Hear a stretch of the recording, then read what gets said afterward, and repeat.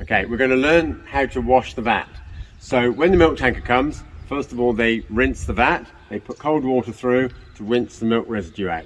Once that's done, then it's our responsibility to do a hot wash and then a cold rinse. So first of all I'll prepare the vat. We take off the door by using this pin here. We lift the door so that the pin can lift up. Hold tight to the pin, don't drop it. When you have the door, you take off the seal. This goes inside in the wash trough.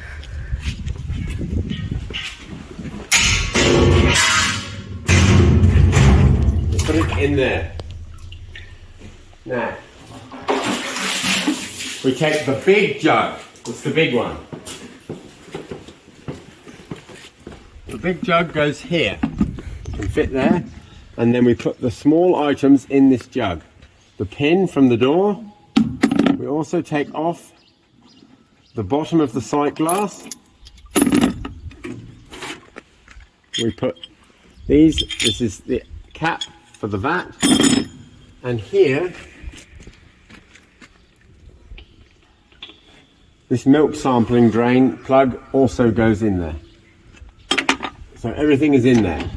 The vat is hooked up with the wash hose. It has the red tape on it, so you know that that is the correct hose. The milk hose has no tape. The wash hose has red tape, so it's red tape. And when you have that on, it has to be just a little bit loose so that it can leak around the threads and keep them also clean. The vat tap is open.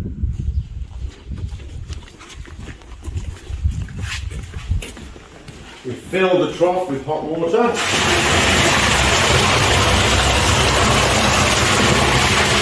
in the meantime,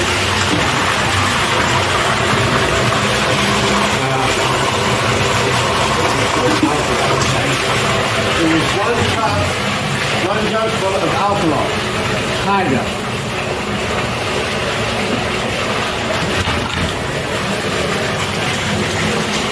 Sit that there.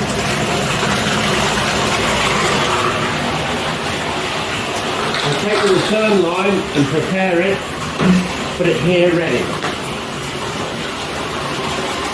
It's full to this level here, just where this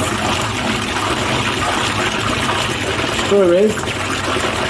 We then start the hot wash procedure.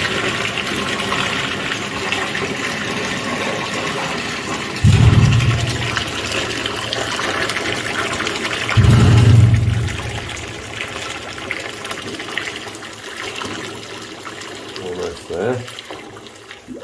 So I'll turn that one off. So now around the corner here is the switch for the vat wash pump. So we activate that.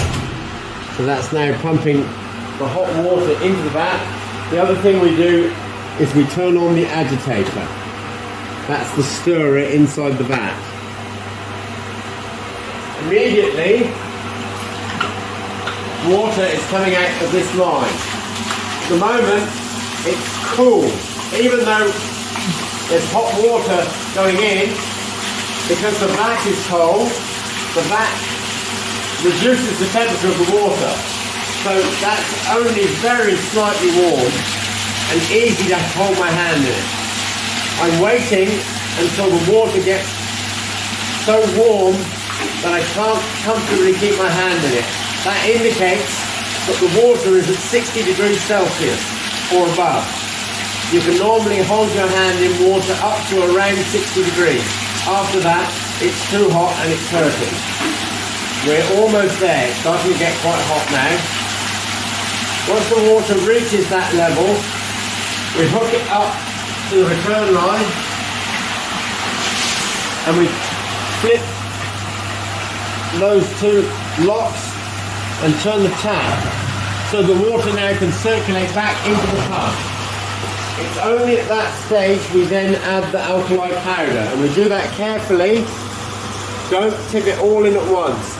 Alkali powder is a very aggressive chemical, and if you tip it all in, it can bubble up and we don't want it bubbling up and splashing in anyone's eyes. So we do it gently, just very carefully. Replace that in there and put the lid back on. So now we have the alkaloid solution is circulating through the vat. You come out here, you can see the bubbles. That indicates that there's detergent in that water now.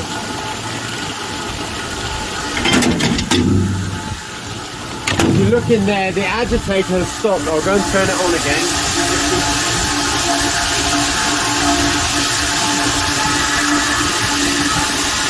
So that's stirring.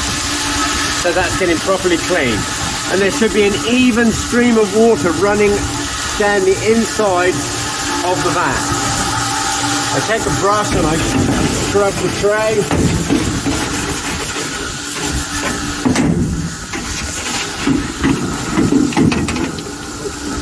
To keep it clean in here. I think it's very important that we're a food producing business, and as such it should be hygienic and make a good presentation for when the milk tanker or anybody else comes. Representatives from the dairy company can come at any time and inspect our premises, and so I want to be very pleased to welcome anyone at any time to come to the farm and look. And so that being the case, we have to keep it always clean and well presented. I want them to feel confident to buy milk from us.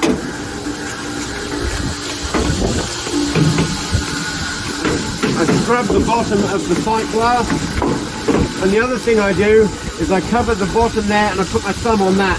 There's a hole through the vat and it sends water that way then if I put my thumb over just for a few seconds. Do it again.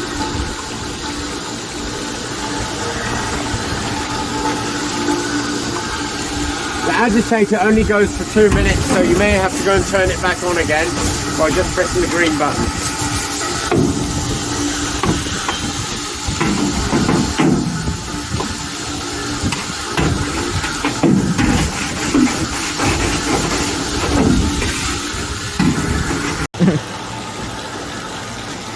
The vat wash procedure, or for the hot wash, normally lasts around 5 to 7 minutes. It's important that the temperature remains high enough, and so we don't want to let the temperature cool down. So 5 to 7 minutes of circulation, and then we let the water down the drain. The final part of the vat wash is then to do a cold rinse with some sanitizer in there, and that rinses all the detergent out of the vat and leaves it clean and ready for the next milking. So there's a 3-stage process. The tanker driver does a cold rinse to rinse out the residue of the milk from the pickup.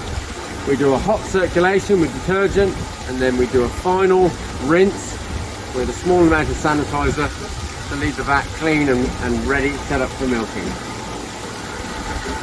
I'm going to dump this milk now. I'll show you that. We turn off this tap, we open up these locks, and we let that water go down the drain. You'll hear the pump change tone when it runs out of water. It's almost out of water. It makes a different sound, and that indicates the time to turn off the pump. You hear that noise? The pump has no more water. So you turn off the tap, off the pump, and then we fill this trough for the final rinse. We add 400 ml of sanitizer for the final rinse.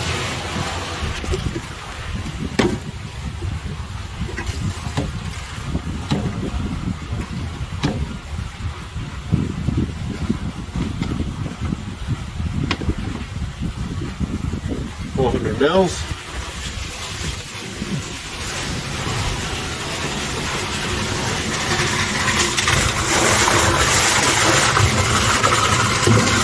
Normally we fill to about the top of the plastic cup, probably around 300 litres of water.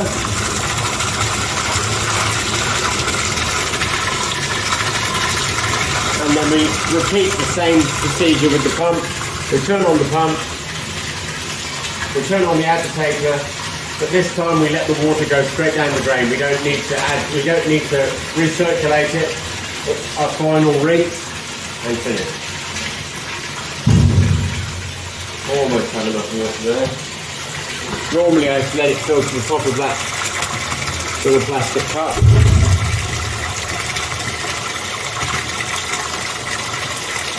And it's so important that we do these procedures correctly to ensure that we produce top quality milk. We'll turn that off. Restart the pump on the switch here. And then turn the agitator back on again. And you'll see very quickly the water starts to come back out of this hose.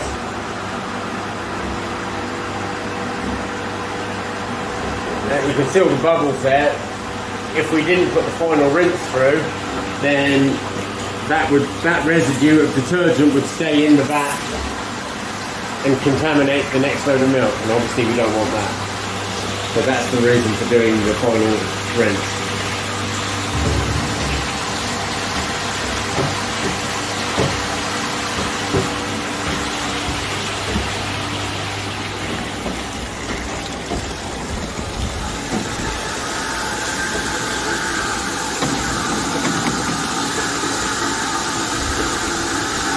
Now you can see there's not much evidence of bubbles or anything in there. That's getting all the detergent out.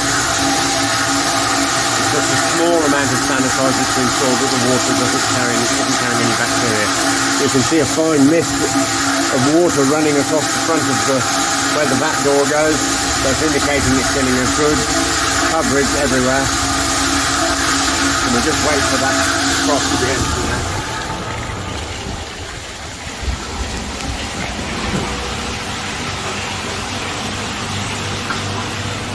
Almost there.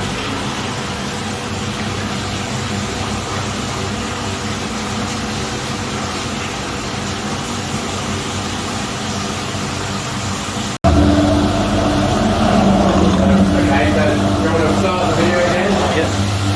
So the pump has changed tone. You can hear a different sound. It means the trough is empty. We'll turn off the pump. So that's the final rinse is now finished.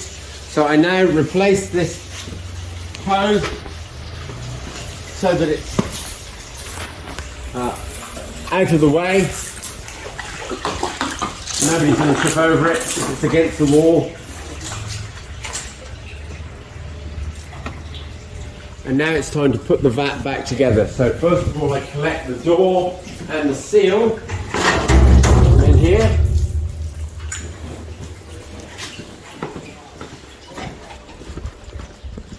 There's a trick to getting the seal back on easily.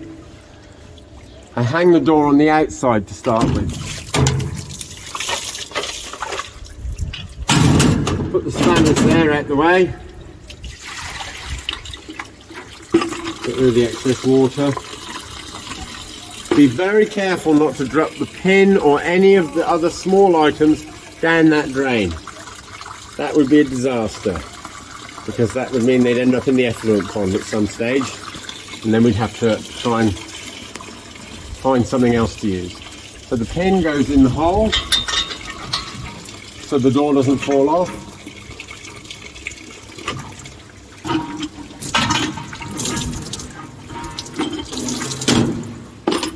It's important which way round this seal goes. As you can see, the seal is on one side flat and on the other side it has it's convex.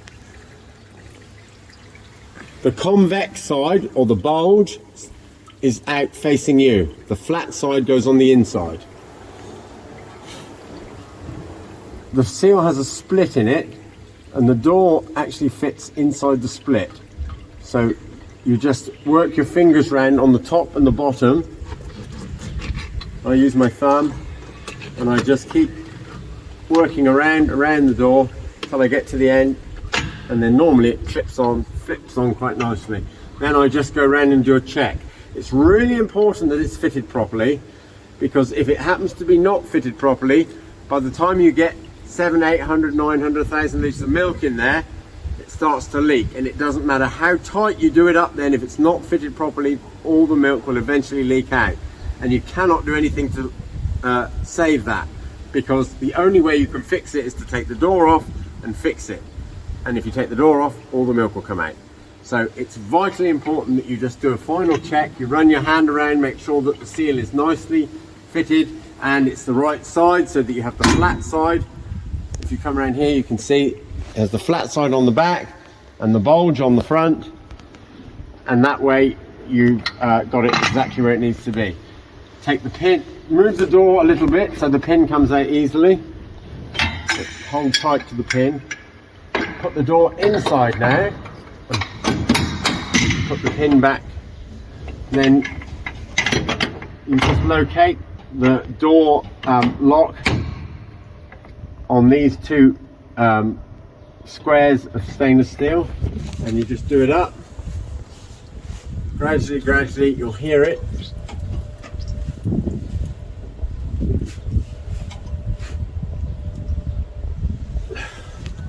It has to be quite tight. This is the end of the sight glass. That goes back in there.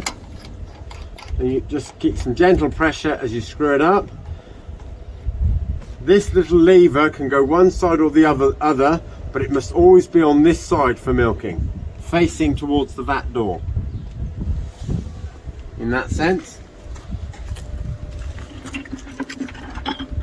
Release the cap there. Should be on there. And then the final thing is this drain tap that goes back in there, and it must be done up quite tight, otherwise it will drain milk. And the final thing that we do is we put the milk line, the milk hose, we hook that up to the vat, but this time it must be done up tight. When we're washing,